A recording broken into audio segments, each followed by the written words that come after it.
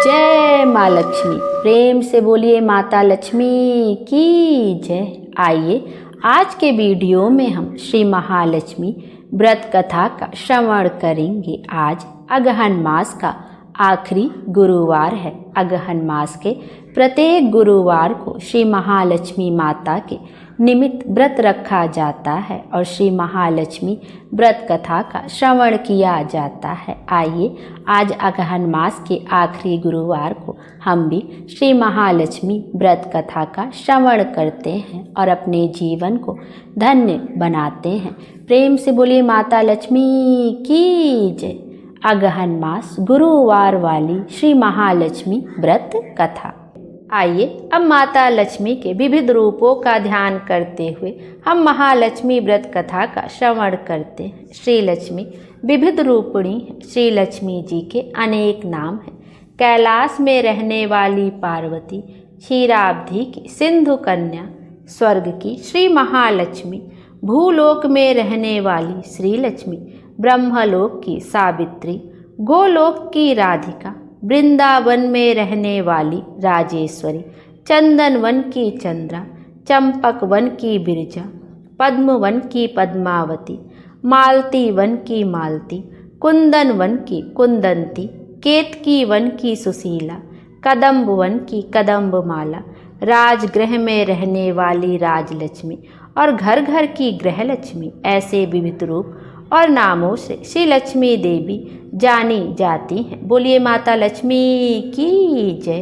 पौराणिक कथा के अनुसार द्वापर युग में सौराष्ट्र देश में भद्रसवा नाम का एक राजा राज्य करता था। वह पराक्रमी था। 4 वेद, 6 शास्त्र, 18 पुराण, इनका ज्ञान उसे प्राप्त था। उसकी रानी का नाम था सूरत चंद्रिका। वह लावण्यमयी, सुलक्षणी और पतिव्रता थी। उस दंपत्ति की 8 संतानें थी, 7 पुत्र और 1 कन्या, और उनकी कन्या का नाम था श्यामबाला। एक दिन श्री लक्ष्मी देवी के मन में आया कि राजा के राजगृह में जाकर निवास करे, जिसके कारण राजा अपनी प्रजा को अधिक सुख दे सकेगा। गरीब के घर में अगर मैं रहूं तो वह सारी धन संपत्ति खा लेगा। इसलिए श्री लक्ष्मी देवी ने वृद्धा ब्राह्मण स्त्री का रूप ले लिया। हाथ में लकड़ी का सहारा लेते हुए वह सूरत चंद्रिका रानी के महल के दरवाजे पर जाकर खड़ी हो गई। उसे देखकर रानी की एक सेविका सामने आ गई। उसने उस वृद्धा स्त्री की पूछताछ की।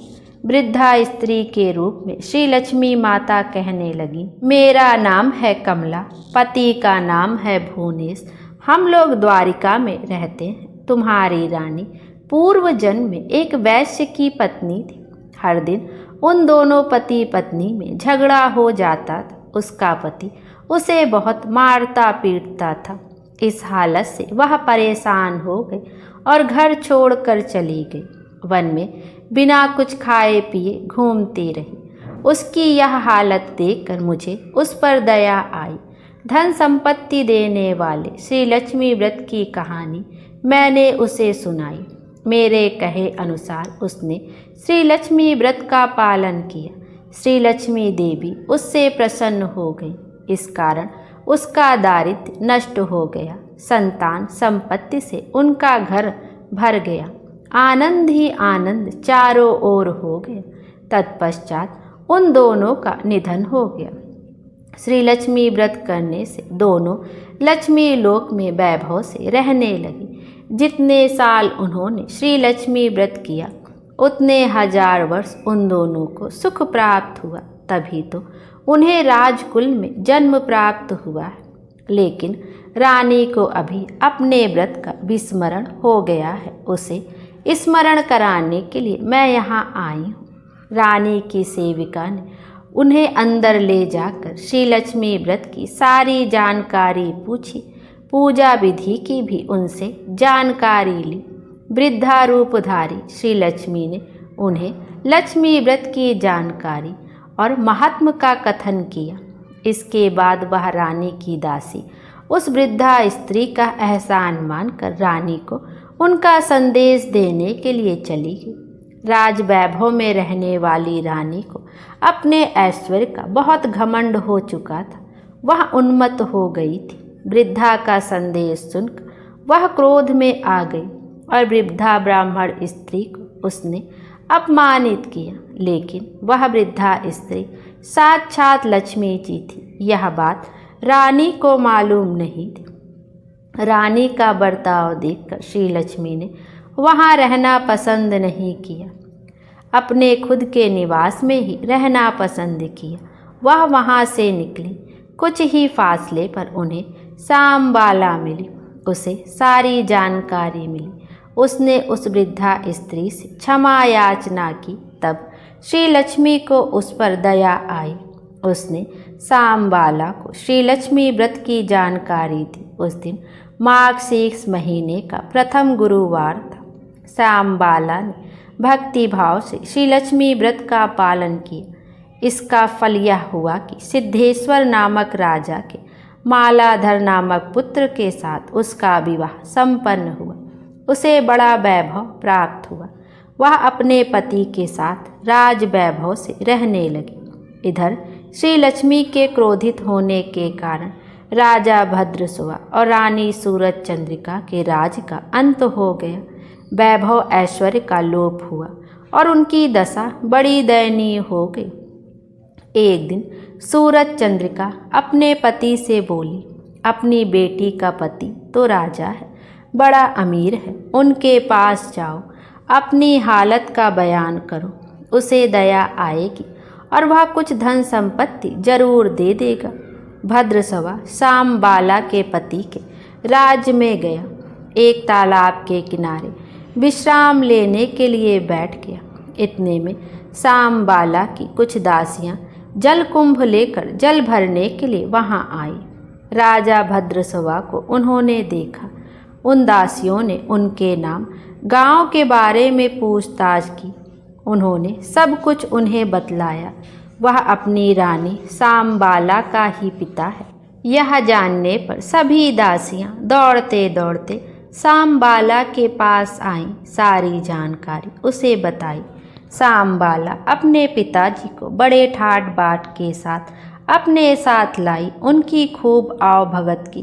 पिताजी को मिष्ठान भोजन खिलाया। उनका आदर सत्कार किया। वह जब जाने को निकला तब उसने घड़ा भर धन भेंट के रूप में दिया। भद्रसवा अपने घर पहुंच गया। सूरज चंद्रिका को आनंद हुआ। उसने भेंट का घड़ा खोल कर देखा तो अंदर क्या था? घड़े में धन नहीं था, कोयला भरा हुआ था। माता लक्ष्मी के कोप के कारण ही वह धन कोयला हो गया था। कुछ दिन बीत गए। अब सूरज चंद्रिका अपनी लड़की के घर गई। उस दिन मार्गशीर्ष माह का अंतिम गुरुवार था। सांबाला ने लक्ष्मी जी का व्रत किया था। अपनी माता जी से भी उस व्रत को करवाया। सूरज चंद्रिका अपने घर वापस आ गई। उसने लक्ष्मी जी का व्रत किया था, इसलिए उसे छूटा हुआ पुराना वैभव फिर से प्राप्त हुआ। राज ऐश्वर्य फिर से मिल गया। कुछ दिन बाद सांबाला मायके में आ गई, लेकिन अपने खुद के पिताजी को लौटते समय कोयले दिए, धन धान्य कुछ नहीं दिया। यह गुस्सा सूरज चंद्रिका के मन पर, इसलिए सांबाला को वहाँ किसी ने नहीं पूछा। उसका वहाँ अनादर किया गया। लेकिन सांबाला अपनी माताजी पर क्रोधित नहीं हुई। वह वहाँ से निकली। निकलते समय उसने वहाँ से कुछ नमक लिया। निवास पर पहुँचने पर पति देव ने सांबाला से पूछा, मायके से क्या लाई? तब वह बोली, राज्य का सार लेकर आई हूँ। पति देव बोले, इसका क्या मतलब? उसने जवाब दिया, कुछ दिन ठहरो, सारी बातें समझ में आ जाएंगी। उस दिन उसने भोजन में सभी चीज़ें बिना नमक की तैयार करने का हुक्म दिया। पति देव को भोजन परोसा। उस भोजन में परोसे गए सारे खाद्य पदार्थ नमक बिना रुचिहीन लगे। बाद में उसने भोजन की थाली में कुछ नमक रख दिया। खाद्य पदार्थ में वो मिलाए गए तो भोजन रुचिमय लगने लगा। यही है राज्य का सार। सांबाला के पति को यह बात पूर्ण रूप से समझ आ गई। इस प्रकार से जो कोई भी श्री लक्ष्मी जी का व्रत श्रद्धा युक्त भाव से करेगा तो उसे लक्ष्मी जी की कृपा प्राप्त होगी, सुख शांति का लाभ होगा, मनोकामनाएं पूर्ण होगी। लेकिन धन संपत्ति प्राप्त हो जाने के बाद भी श्री लक्ष्मी जी के व्रत को करना कभी ना भूले।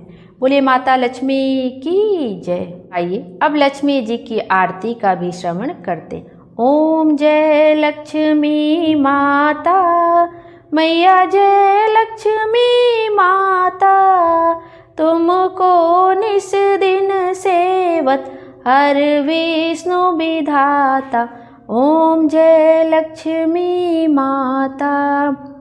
उमा माँ ब्रह्माणी तुम ही जग माता, सूर्य चंद्रमा ध्यावत नारद ऋषि गाता। ओम जय लक्ष्मी माता। दुर्गा रूप निरंजन सुख संपत्ति दाता, जो कोई तुमको ध्याता रिद्धि सिद्धि पाता। ओम जय लक्ष्मी माता। तुम पाताल निवासिनी तुम ही शुभदाता, कर्म प्रभाव प्रकाशनी भवनिधि की त्राता। ओम जय लक्ष्मी माता। जिस घर में तुम रहती सब सद्गुण आता, सब संभव हो जाता मन नहीं घबराता। ओम जय लक्ष्मी माता। तुम बिन यज्ञ न होवे वस्त्र न कोई पाता, खान पान का वैभव सब तुमसे आता।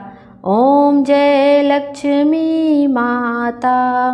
शुभ गुण मंदिर सुंदर क्षीरो दधी जाता, रत्न चतुर्दश तुम बिन कोई नहीं पाता। ओम जय लक्ष्मी माता। हाँ लक्ष्मी जी की आरती जो कोई नर गाता, उर आनंद समाता पाप उतर जाता। ओम जय लक्ष्मी माता। बोलिए भगवती महालक्ष्मी की जय। माता लक्ष्मी हम सब की मनोकामना पूर्ण करें, हमारे जीवन को खुशियों से भर दें। Thank you.